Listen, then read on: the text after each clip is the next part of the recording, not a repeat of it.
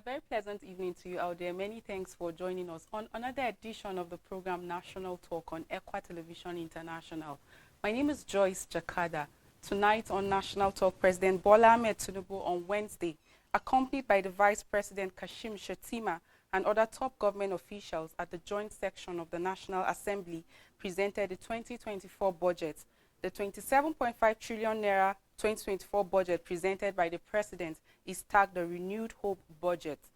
President Tinubu said the budget will ensure job-rich economic growth, microeconomic stability, better investment environment, enhance human capital development, poverty reduction, and greater access to social security. On National Talk tonight, we dissect President Tinubu's 2024 Renewed Hope budget of 27.5 trillion naira.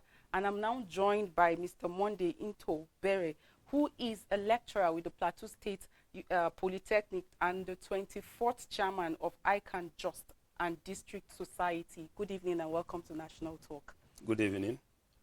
Thank you so much for creating time to be here. It's my pleasure. All right, let's talk about the 2024 proposed budget of Renewed Hope. The budget is already tagged the Renewed Hope budget. There were actually a lot of expectations and people were actually looking forward to seeing the budget. You will recall that this is the first time that the president, talking about President Bola Ahmed Tinubu, will be appearing like after, I think 30 years that he was at the National Assembly. This is the first time he's appearing there, and this time around he's coming and submitting the budget. And looking at the 2024 proposed budget of the Renewed Hope, the total expenditure is 27.5 trillion naira, and then the recurrent non-debt expenditure is 9.92 trillion naira. The revenue is projected at 18.32 trillion naira, while the capital expenditure is 8.73 trillion naira. New borrowing is 7.83 trillion naira, while debt servicing is 8.25 trillion naira. The deficit is at 9.18 trillion naira, which a lot of people have talked about. It has really generated a lot of concerns, and going by the Renewed Hope budget, it is obvious that critical allocations, education, which has 7.9%, that's 2.18 trillion naira, while health is having 5%, 1.33 trillion naira. Defense and security, which comprises of military, police, paramilitary, intelligence, is at 12%, 3.25 trillion naira. Others infrastructure, which has 5%, 1.32 trillion naira, and then social development at 2%, which is 5.34 billion naira. And it seems to be clear that this whole budget has the intention of boosting the economy and even paving way for social development. However, there are actually a lot of concern about debt servicing. In fact, the People's Democratic Party have said that this 2024 budget that was submitted by President Bola Ahmed Tinubu, tagged the Renewed Hope budget, is aimed at strangulating the poor. But I would like to just get your own view. What do you make of this Renewed Hope budget that was submitted by President Bola Ahmed Tinubu? Okay, thank you very much once again for the opportunity to be here. If you remember very well, Bola Ahmed Tinubu campaigned on the mantra of renewed hope. True. He promised Nigerians that if he's elected president, he is going to renew our hope. So it is natural for him to tag his first budget as a budget of renewed hope. Having said that, just like you have, read the structure of the budget, of course, he will also intentionally want to see that the content of the budget itself reflects, what he is telling us about giving us hope. And so if you look at, the budget carefully, you will see that allocations to education has been increased. Okay? From 5.22% in 2023 to 7.93%. you know. So that is to tell you that, because if you look at the priority areas, one of them is about human capital development. And human capital development can be represented by the educational sector. You know, so it seems therefore that from the amount provided for education, there is that, you know, desire to fulfill that promise of renewing our hope in terms of developing, you know, our human capital. You know, the first priority area he mentioned was job-based, you know, development, meaning they will create job. So how do you create the job if the people are not trained? So there is a relationship between the desire to create job and then to develop human capital within the economy. So you see there is an intentional, you know, increase in the budget allocation for education. However, you know, 7.93% still falls short of the UNESCO, you know, requirement, which is 26%. You know, so that is to say that it means there is still room for improvement. But considering the fact that this is his first budget, you know, we can assume that the desire is to actually achieve, you know, the empowerment of the young people. However, if you look at the health budget, on the other hand, it has gone down from 5.22% to 4.84%. So if we are developing human capacity, are we saying that that automatically will result into an improvement in their health status to the extent that you are reducing the health budget? You know, in my mind, I feel it is a healthy person who actually can go and be developed. So, you know, in this respect, we can say that there is a little deviation to the extent that health, you know, has not been as prioritized as it should have been. You know, you can also see that a huge chunk of the budget went to defense and security. True. You know, of course, this is also understandable considering the promise that Mr. President made that he is going to confront the insecurity in this country. You know, if insecurity, you know, as it is today, continues the way it is, then who will be able to go to school and be comfortable? You know, and so if people cannot go to work peacefully with confidence, knowing that I will go and come back to my house, except maybe for natural occurrences, you know, so there definitely will be a serious challenge. So I see a move, you know, towards, you know, deliberate action towards ensuring that insecurity is, you know, dealt with squarely, you know. However, my area of concern, you know, is, you know, the allocation to social development. You know, because we are talking about 0.53, you know, trillion. I was expecting to see more allocation to, you know, for that, because it's about the masses. It's about those that we cannot say, you know, are average, and they are in the majority. As it stands today, we are talking about 133 million Nigeria that are multidimensionally poor. So if this government is pro-poor, we will have seen a greater allocation or an improved allocation to that particular, you know, sector.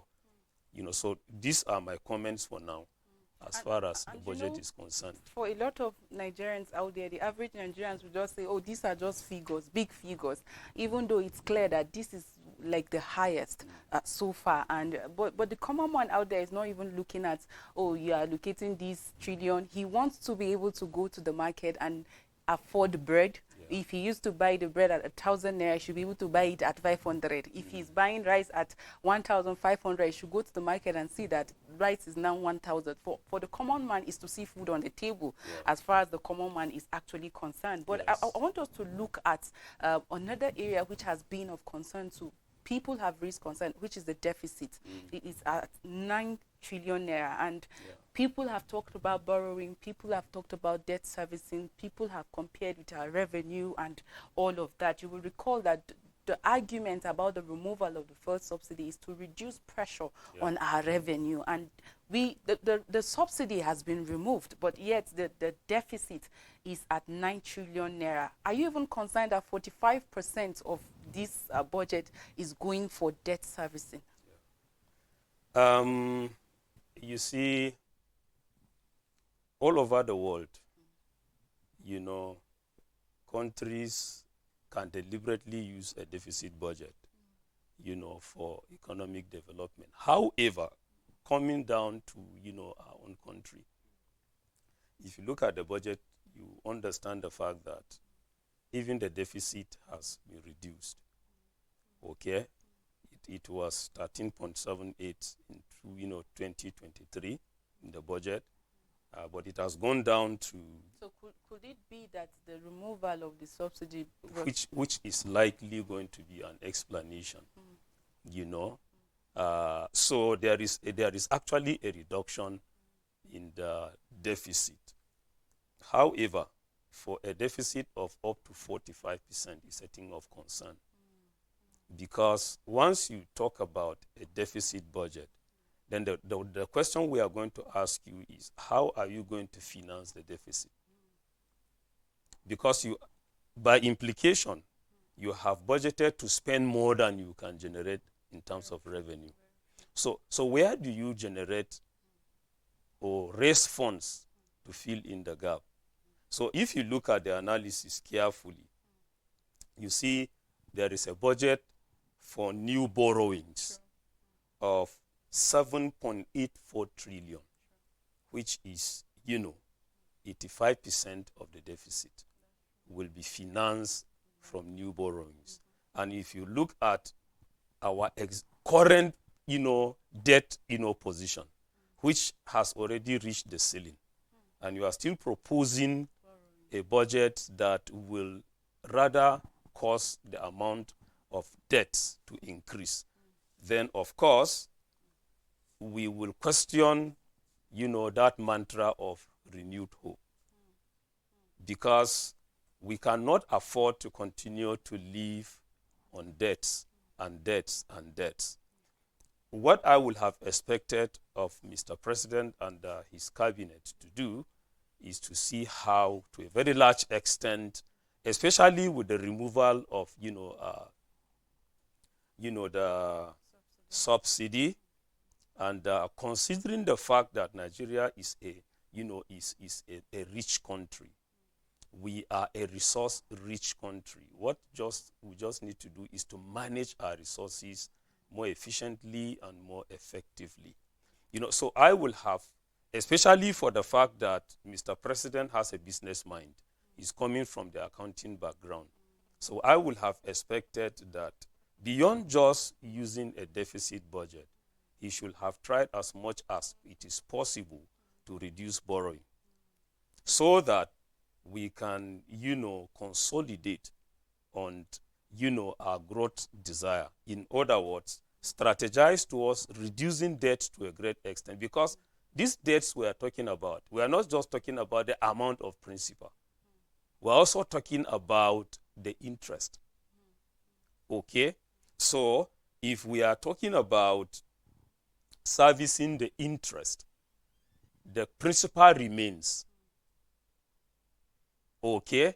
So if at all, just to service your debt, you are going to, be using 8.25 trillion servicing your debt, and you want to also increase the debt level by 9.18, then of course that is a cause for alarm. And partly one of the worries of Nigerians is the fact that people are looking at the future. if you are borrowing and then we are servicing debts, like what beholds of the future of even the country? Because look at the place at which we are in terms of borrowing. But obviously the 9 trillion deficit is going to, like you rightly mentioned, there will be more borrowing, and in the breakdown there's also privatization and even foreign loans and all of that. And all these are concerns that people have been raising, like the future of the country. But is it possible to have a non-deficit budget? Why not? So Even at the individual level, we've been told to cut according to our clothes. The more recent one is according to the material, Beautiful. not even your size. So, personally, my personal belief as an accountant, as an individual, is that Nigeria is rich enough to even lend to nations. We have a rich history. You know, history has told us that in the 1960s, 1970s, Nigeria was lending to countries. So what happened in the course of time? How did we convert to a borrowing nation, given the quantum of resources that we have as a country? So I am thinking that government should rather begin to, think outside the box. Is it borrowing every day? No, we should start thinking about, okay, they have told us to tighten our belts so that we can improve our economy and everybody will enjoy. So if it is so, then we should see them set the pace. Leadership by example. It is possible, of course, we have a balanced budget, we have a surplus budget, we have a deficit budget. A balanced budget is one that the expected or estimated revenue is equal to the estimated expenditure. A surplus budget is the one that the revenue that is estimated is greater than the estimated expenditure. The deficit, like the one we are talking about, is the one that the budgeted revenue is less than, the budgeted expenditure. So it's possible for us to have a balanced or even a surplus budget, I believe, if at all we can put in measures that can curb corrupt practices. I was actually going to talk about that, because if we're looking at a non-deficit budget, then we have factors that have continued to be bane to even some of this national development, because people have heard over time how people talk about the fact that yes, we can look within, but we've seen instances that even amidst hardship, like the removal of the fuel subsidy, we see our leaders come up to say, just be patient, just be patient, things are going, but yet Nigerians watch how that even at the National Assembly, millions of nairas are being shared amongst the legislators. And you just mentioned, if we are to prepare ourselves to tie our belts, then we should see leaders also setting the pace. Exactly. And people have raised concern, like the PDP are saying, this is like a deliberate attempt to strangulate the poor. Well, they are opposition party. And I don't want to be pessimistic about the whole budget, but rather optimistic. But then these are some of the factors that people are pointing at. Before now, we've seen how that our government have borrowed, but what do they use the borrowed money for? Maybe good reasons why they need to borrow, but at the end of the day, is it for recurrent expenditure or is it for capital development, like things that at the end of the day you have turnovers, you see like increase in our revenue? Sometimes some of this borrowed money, there are no explanation after this money have been collected. And I think these are some of the reasons why people are saying, oh, we are concerned about the borrowing as a nation, our future, and all of that. And like you rightly said, factors like corruption, they are things that need to be addressed if we really want to actually grow our economy and even have, it's possible, I agree with you, a non-deficit budget, but we must look within and address some of these factors that are militating against our development. But quickly, let's look at the projection and then the 2024 budget. Renewed hope.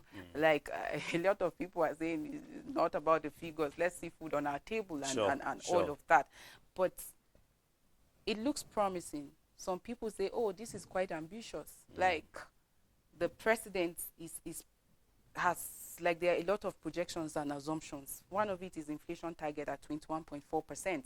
Crude oil projection at 1.8 BPD, and then economic growth rate at 3.76%. Yes. Crude oil price at $77 per barrel.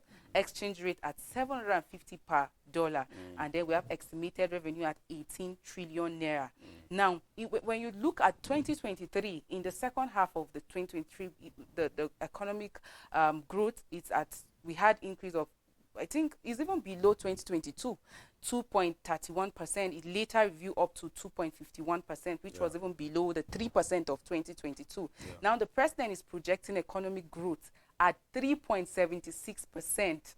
Now people have talked about, oh, this is being ambitious, this is being like, even the IMF, World Bank, international organizations have talked about the threshold, looking at our inflation and where we will be. But obviously, like I said, it is clear that the intent is to boost the economy and sustain development. But do you see these projections, like even considering the 6 months in office of the president, like what we've seen so far, do you see this 3.76% projection of economic growth like achievable? I can say we can achieve it only if we set our priorities right. You know, I mentioned corruption. Corruption economically is a waste. Okay? And if you allow corruption, if you allow bogus administration costs, flamboyant, you know, running of government, where one individual office holder has, you know, 50 cars in his convoy, then we cannot achieve this. If the government is serious about achieving this, cogent, you know, strategies have to be developed to ensure that corruption is curbed by empowering institutions that are responsible for fighting corruption in the country. By empowering them, I mean giving them autonomy, the due autonomy that they need to be able to do their job in a manner that can be efficient, can be effective. Part of the institutions also involve and include the courts. The court processes should be made in such a way that they should make use of technology to improve on the efficiency of discharging justice. A situation where a case will run for 10, 15 years is not efficient because it creates doubt in the minds of the people. So even the institution of the courts will have to be strengthened as a way of ensuring that the fight against corruption is enhanced. Again, you know, it's just about developing institutions, empowering them and giving them the independence that they need to be able to do their job. And then our political office holders need to also humble themselves. This flamboyance, we say we are copying the American presidential system. But I recently, you know, saw Michelle Obama, you know, speaking about their life in the White House. And she said everything they took, they paid for it from the pocket of the president. Is that what is happening in Aso Rock? So if truly we want to see that we can grow, in fact, there is what we call the real growth of the economy. Because if you factor in inflation and you factor in corruption, by the time you will get the real growth of the economy, it will be nothing to write home about. Even the figures that we are told represent our growth. If we factor these issues that we are talking about, we may not actually be there. So the government has to be deliberate to ensure that after the budget is approved, cash backings are released at the right time, because that's one of the problems of budgeting in Nigeria. The budget is approved, the cash backing is not released to the ministries, departments, and agencies in due time for them to be able to execute the budget according to the time. Our budget cycle is January 1st to 31st December. A situation where up to April, cash backings are not provided, then you know that you'll be lagging behind the implementation of the budget. So that aspect also has to be looked at. Government must be deliberate in ensuring that those who are responsible, release the cash to the ministries, departments, and agencies for them to be able to do their job and to do it well. Again, there is a committee in the National Assembly called the Public Accounts Committee. That committee has oversight function over all institutions of government to ensure that they execute the budget as approved, to ensure that there is efficiency in the execution of the budget, that there is effectiveness in fact, in summary, that there is value for money. Now that committee must be strengthened. That committee must be made also more efficient and effective. It must be alive to its responsibility. So we need to begin to see proactiveness on the part of government. If they truly want to achieve this ambitious growth, then these are practical things that we must see them put in place. Curb corruption, strengthen institutions, ensure that cash backing is released in due season, and then allow the supervisory bodies to do their work as they should. Additionally, cutting the cost of governance, which I think is Exactly. also very, very vital. Exactly. I would like us to still look at the impact of this proposed budget by President Bola Ahmed Tinubu that has been tagged the Renewed Hope budget. I would like us to look at the impact, especially at the projection of inflation. But before then, let's go on this quick break. When we return, National Talk continues. Stay with us. The gospel of Jesus Christ is our Heavenly Father's plan for the happiness and salvation of His children. ECWA Television International shares the gospel of Jesus Christ because the world must come to the realization of the power in the atonement of sin through the grace and mercy of Jesus Christ. Sharing with the world the message of hope that can clean anyone from sin to enjoy the peace that is in Him. ECWA Television International is live 24/7, preaching the message of salvation and truth to the world. Pray for ECWA TV. Support ECWA TV. Be part of ECWA TV. Keep watching ECWA Television International.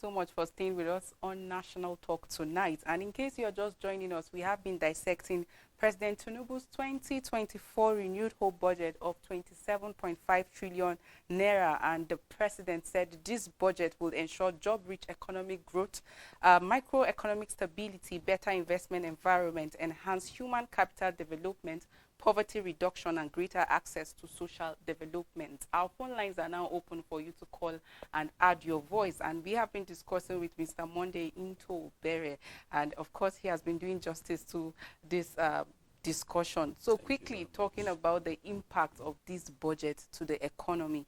The president actually projected inflation at 21.4%, and like I said, even against the International Monetary Fund and the World Bank projection, which says before the end of the year we're going to get to 30%, and the president is projecting 21.4%. How achievable is this? Because even with the World Bank projection, the CBN have even come out to say that this might even linger till like 2 years. But obviously, the president is very optimistic, and like the title of the budget, Renewed Hope, is really hopeful that he is going to achieve this 21.4%. But do you see this still achievable?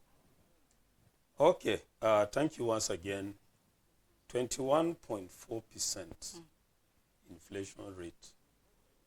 The question is, what is the inflation rate today? Very recently, the Nigerian Bureau of Statistics told us that it is 27.6%. True.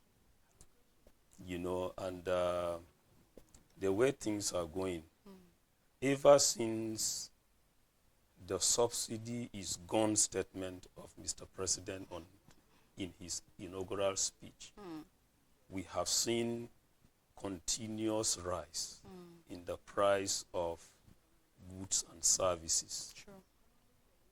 Even foodstuff. Right now, as we speak, harvest is taking place, yet the prices of foodstuff have not significantly gone down. True. Now, that is to tell you that the pointer is there is a likelihood of a rebound in the increase in all these things. You know, as we speak right now, we are buying petrol at 670 and above. Okay? So whatever it is, you see that the prices are just going up and up and up. So in my own mind, I wonder how, with the realities that we can see, the government will be using 21.4% as inflation rate, you know, for the budget. You know, I don't see them as being conservative. Yes, if they were conservative, they should be able to look and project, unless they have other plans that we are not aware of, that we cannot see on the budget document, that they will implement, that will cause prices to crash within the shortest possible time, because this budget is for 12 months. And today is 1st of December. Before you know it, will be in January. You know, and so unless they have other strategies that they have hidden from our knowledge, that they are going to implement, that will cause prices to go down significantly, I do not see their inflation, provision as being realistic. All right, quickly, let's do some comparative analysis of the performance of the budget 2022 as well as 2023. Now, the indicators, let's look at the GDP growth. As at 2022, the target was 4.2 GDP growth, but the actual was 3.25. Yes. And then 2023, the GDP growth was at the target was 3.75, but the actual was 2.45. And for oil price, at 2022, the projection, the target was 57, but actual was 98.8. In 2023, it was 75 as the target, but the actual was 83.64. When you go down to oil production, the target was 1.88, and then the actual was 1.21. While in 2023, the target was 1.69, while the actual was 1.32. Now, exchange rate, naira to dollar in 2022, it was 410 naira 15 kobo, but the actual was 740. Yes. In 2023, it was 435.57, but the actual is 1,158. And then inflation was targeted at 13%, but we saw how that the actual became 21.34%. Yes. While in 2023 it was 16, the target was 16.98, but now the actual in 2023 is 27.33 as we speak right now. Yeah. And the president, going by the 2024 renewed hope budget of 27.5 trillion naira, is projecting inflation 21.4%, crude oil production at 1.8 MBPD, economic growth rate at 3.76%, crude oil price at $77 per barrel, while exchange rate at 7.50 per dollar, estimated revenue at 18 trillion naira. Can Nigeria fit this target in 2024? It will be difficult because the Hausa people have an adage, where magani mantua, which means looking backward, looking at the past helps you not to forget. It helps you to be able to see where you are today, and then to be able to tell yourself, this is where I'm headed. Now, if you look at the history, just like you have read out, each time a proposal has been approved, the actual surpasses the proposal. So that is why I said the provision of 21.4% was not conservative for inflation. Because if you project 10%, for example, and you are ending up with 17, you project 15, you are ending up with 20, then why go down to 21 when what you actually have is beyond 27? As you rightly said, the budget, the projected exchange rate is 750. Where can you get that now? Now the question is, what are they going to do that will make the exchange rate to go down to 750? Is there a deliberate attempt to increase production and by implication export? What is, our balance of trade as it is today? Is it positive or negative?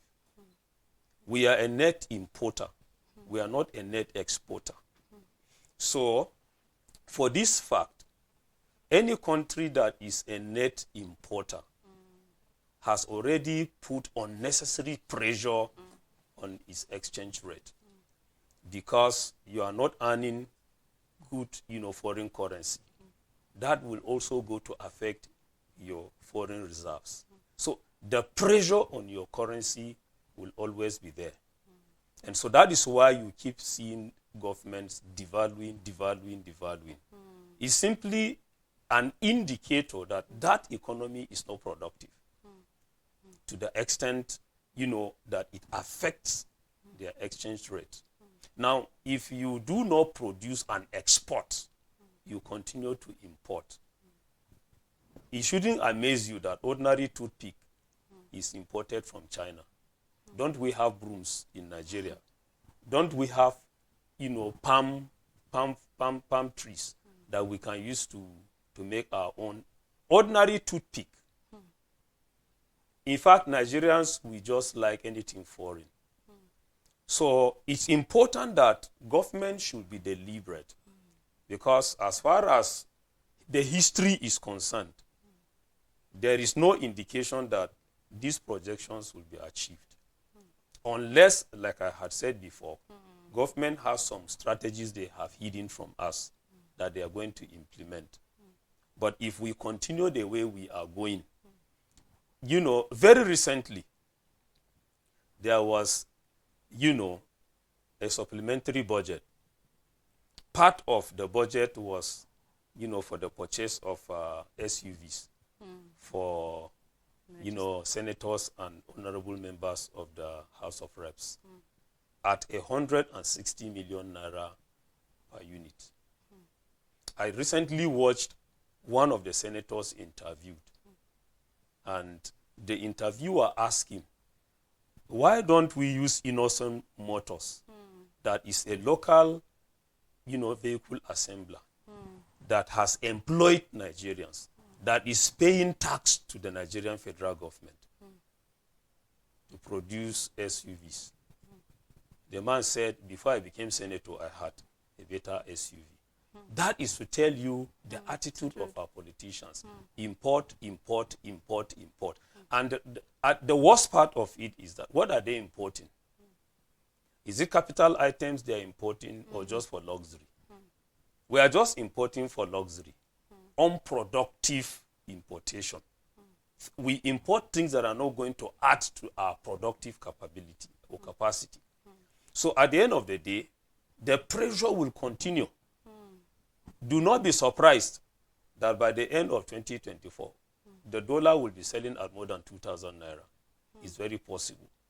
Because I do not see them, okay, anyway, they have explained a lot of things, but that remains only at explanations. We see this government as a government that wants to enjoy luxury. That is the first impression they have given us.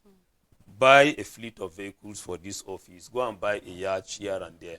So, if they continue with this introduction that they have given us, I doubt much if they can achieve these things. These things are not realistic. All right, still talking about the attitudes of politicians and even leaders generally in this climb, I want you to we saw how that the president walked into the National Assembly, how that he made his presentation and all of that.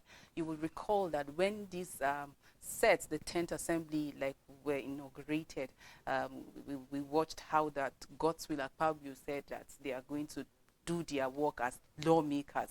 And even though he continued to talk about supporting the executive and all of that, but that the executive will not even infringe in their own, they are going to stand tall and stay true to their assignments. But unlike the 9th Assembly that a lot of people have accused of being a yes sir kind of National Assembly. But during the budget presentation, it was more like praise singing going on there. We saw how that even the Godswill Akpabio was talking about, we are going to immediately ensure the passage and all of that, even though the budget says that there are going to be provisions for even civil societies, inputs and all of that. But like the body language, the praise singing, what do you make of the role of these legislators at this point when the budget has been presented? In a democracy that is effective, there is what they call the rule of law. There is what they call separation of powers, checks and balances.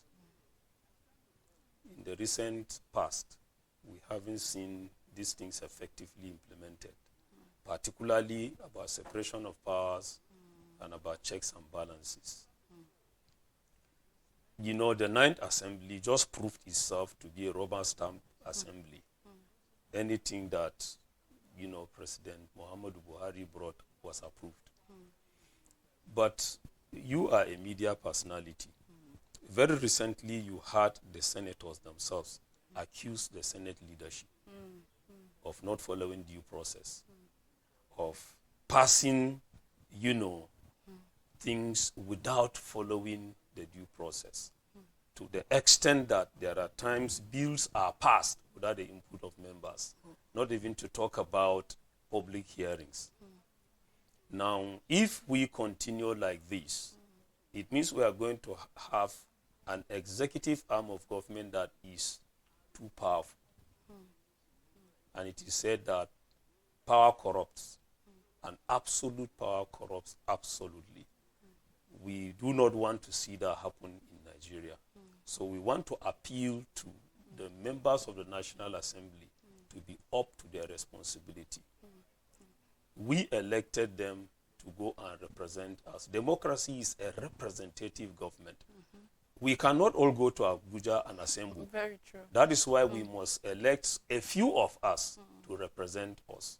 So I am appealing to the 360 members of the House of the Nigerian National Assembly to please sit up and perform their tasks. I mentioned Public Accounts Committee, which is a joint committee of the National Assembly that is empowered by law, by the Constitution of the Federal Republic of Nigeria to have oversight function, to keep an eye on the implementation of the budget and accountability and transparency issues. Now, even the manner in which they pass bills can tell you whether they are serious about the work they have gone there to do or not. So their posture as it is today is not encouraging us. So we are only but appealing to them that they should sit up and do their job well. This budget has a cycle. It has a process. The executive has done its own. The role of the legislature is to legislate on the bill, pass it into an act of the National Assembly for the execution of the executive. And after execution, there must be accountability. Now, the accountability is given still back to the National Assembly. You approved the budget. This is what we have done. What do you say about it? So you can see that between the executive and the legislature, there is interrelationship as far as budget preparation, approval, implementation, and accountability is concerned. The two arms of government are always having roles to play. The executive has done its own. We expect, the legislature to also do its own and justify their pay. And in times like this, it's almost like the states and the local governments are always silenced. But these are people that are also being affected directly by the decisions that are being taken. But we almost hear nothing coming from the states and even the local government that are even closer to the people. What role can states and then the local government play in this? Well, you see, like I referred to earlier on, we say we are copying American style of, democracy, presidential system. In America's system, the lower levels of government have a lot of roles because they are closer to the people. They know what the people will need, and so they are able to give them exactly what they are looking for. Unlike the federal level that is sitting in Abuja, does not know anything about the people. So if we compare the two democracies, America's democracy and Nigerian democracy, you see that at the lower level, they have mayors who deal directly with the people at the grassroots. Then they also have state governors who are independent of the federal government. Because they are also running a federal system, then we have the federal government. The structure is similar to what we have, except that the practical application of the principles behind this structure, we have deviated. We have given more powers to the federal government and lesser powers and responsibility at the lower level.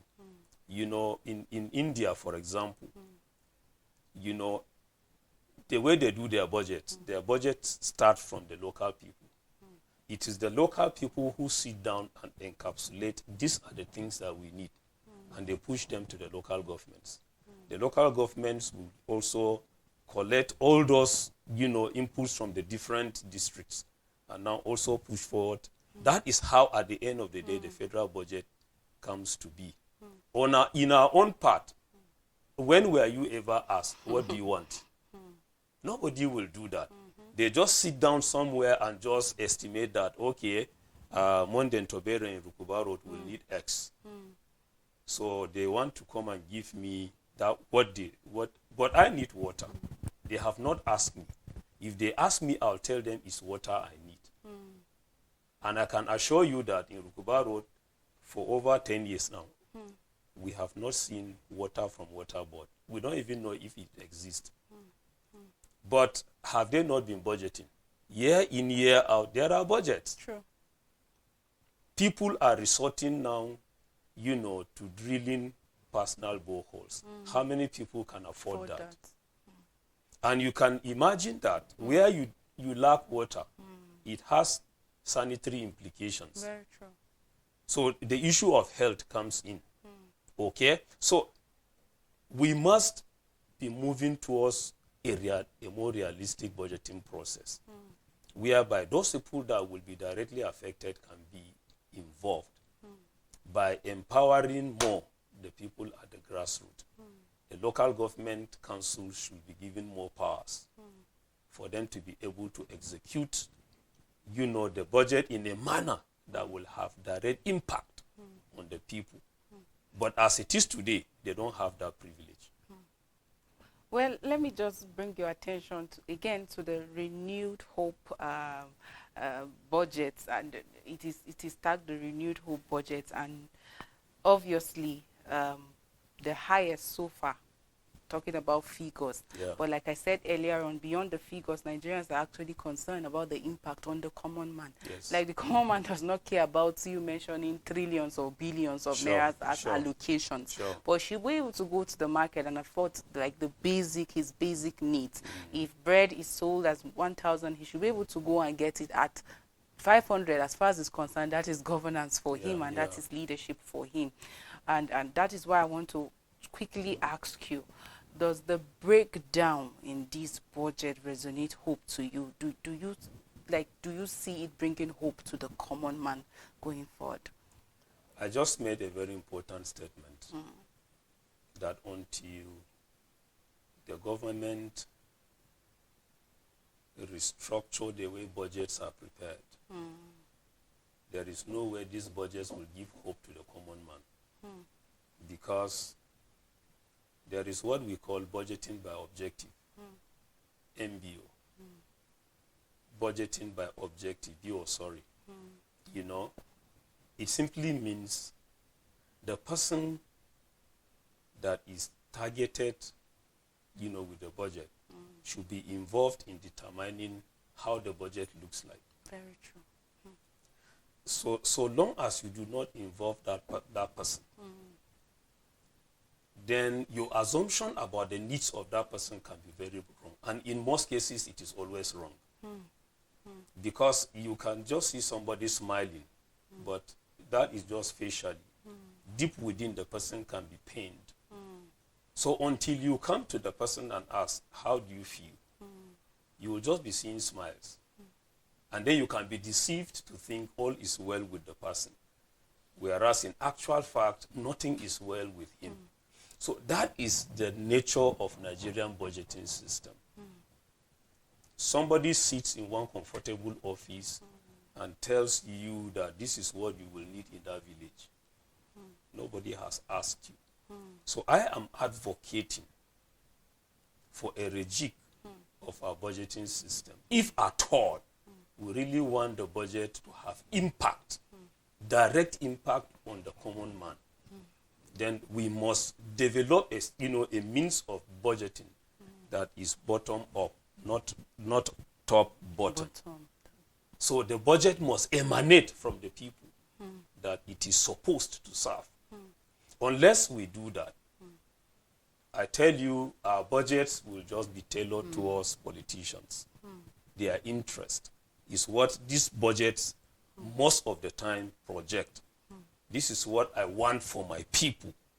But that's not what your people want.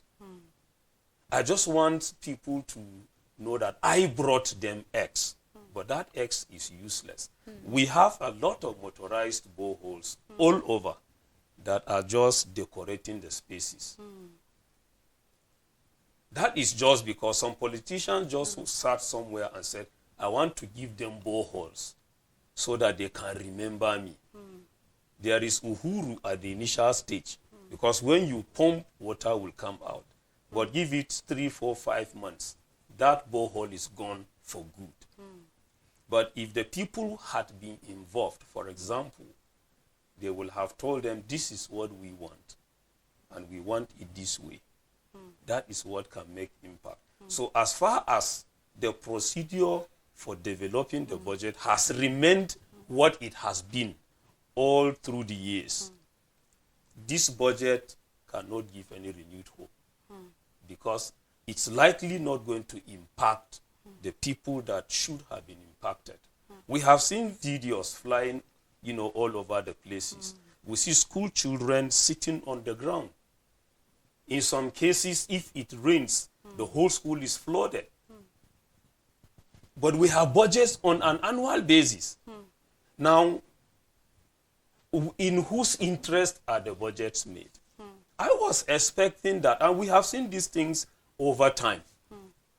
I was expecting that budgets will therefore be developed in a manner that those issues can be dealt with, so that the people can become comfortable, for them to be able to go to school. Okay, so these are real issues.